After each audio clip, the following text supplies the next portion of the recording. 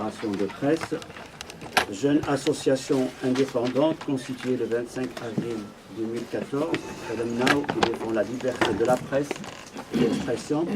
a élaboré son premier rapport sur la situation de la liberté de la presse et d'expression au Maroc durant l'année 2014. En effet, la liberté d'expression, pour être une valeur fondamentale, un élément important pour l'édification de la démocratie.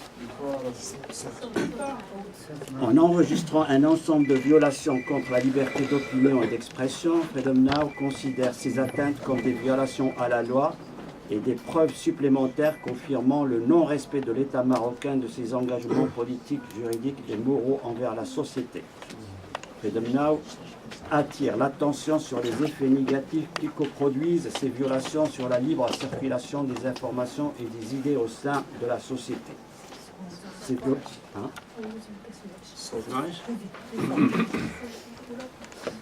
Oui, ces violations ne constituent pas seulement des atteintes contre les journalistes et les usagers des médias, mais également des atteintes flagrantes contre le droit à la liberté d'opinion et d'expression consacré par les conventions et traités internationaux et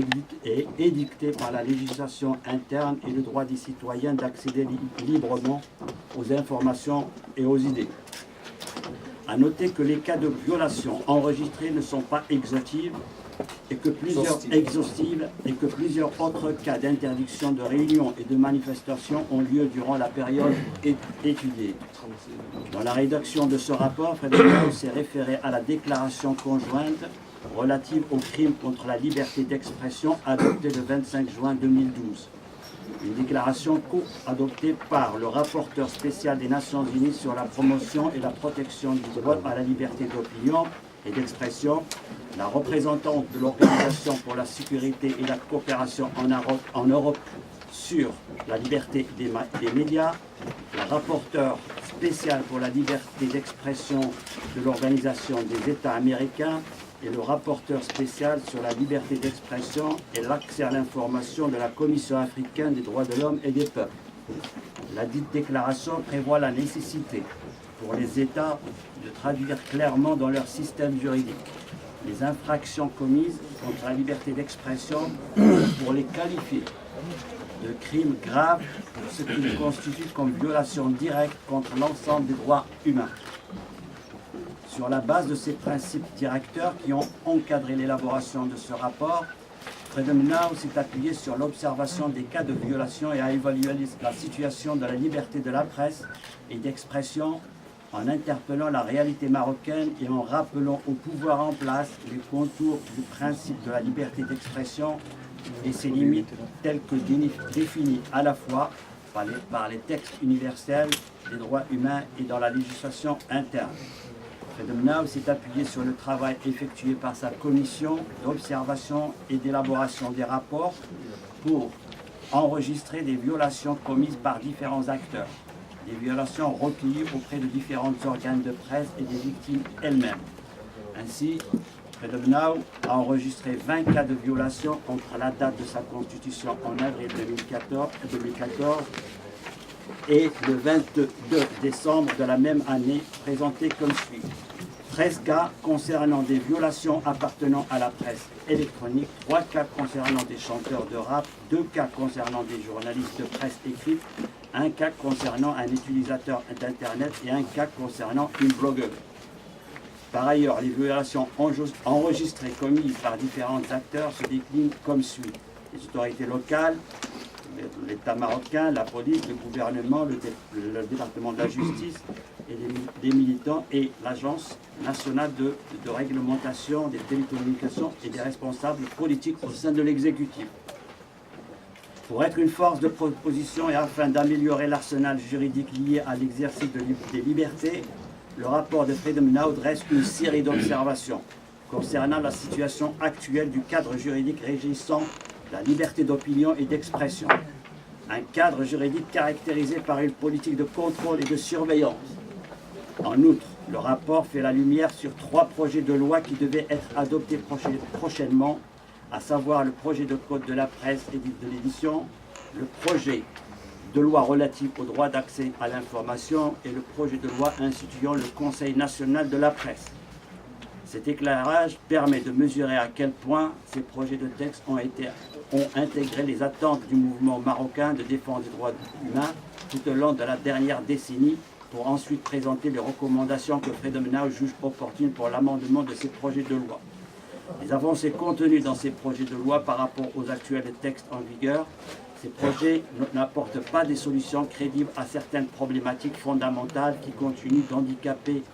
d'entraver l'exercice de la liberté d'opinion dans notre pays. Par conséquent,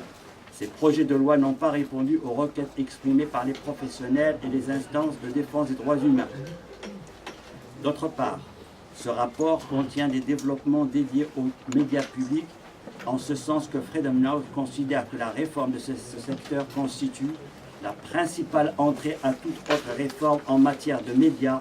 de liberté et de manière générale pour toutes les questions liées à la démocratie. Premièrement, parce que les médias publics financés par les contribuables et contrôlés par une instance indépendante sont les seuls à pouvoir garantir la diversité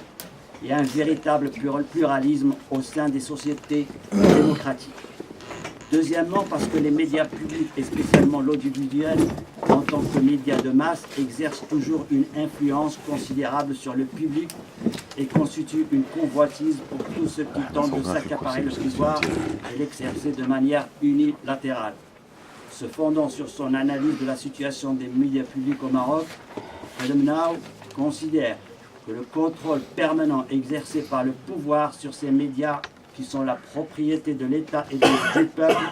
constitue la plus grande violation contre l'indépendance et le pluralisme de ces médias et le plus grand frein devant leur émancipation pour qu'ils soient au service de l'intérêt général. À travers son rapport, Freedom Now considère que le champ de la liberté de la presse et d'expression au Maroc est caractérisé par une logique de contrôle direct et absolu sur les médias publics et un contrôle indirect et absolu sur la presse privée. En effet, les médias publics, toujours contrôlés par le pouvoir, sont utilisés pour la propagande officielle et censurent toutes les voix dissidentes. Quant aux médias privés, la majorité d'entre eux, agissant dans la presse radio, écrite ou numérique, manquent de professionnalisme et font l'objet de manipulations indirectes pour servir le pouvoir en place à travers le contrôle des subventions publiques, des sources de financement et de la publicité. En conclusion de son rapport, Freedom Now enregistre que les lignes rouges, l'expansion de l'autocensure et l'apparition d'une nouvelle génération de violations visant à faire taire toutes les voix dissidentes et à imposer le point de vue unique du pouvoir sont les principales caractéristiques de la scène médiatique marocaine d'aujourd'hui. Ainsi, Freedom Now retient les conclusions suivantes. Les cas d'emprisonnement des journalistes, les harcèlements menés contre des organes de presse indépendants, l'importante régression en matière de liberté et des droits acquis, tels la liberté de réunion, de constitution d'associations et de manifestations pacifiques, confirment que la situation de la liberté de la presse et d'expression au Maroc aujourd'hui est pire que celle qui avait prévalu durant les 3 dernières années du siècle dernier. Les restrictions contre la liberté d'expression, la continuité du monopole du pouvoir sur les médias publics et la mise à mort de la presse indépendante en disent long sur les volontés des réformes politiques et démocratiques, sachant que la démocratie ne peut exister sans presse libre ni médias publics indépendants. Enfin,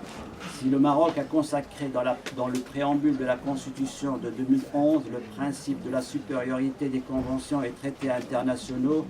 et s'est engagé à respecter les droits humains tels qu'ils sont universellement reconnus, le gouvernement doit traduire ces principes et veut dans la législation relative à la liberté de la presse et d'expression pour garantir son plein exercice au Maroc. Rabat, le 12 février 2015. Ce rapport sur la liberté de la presse et d'expression est téléchargeable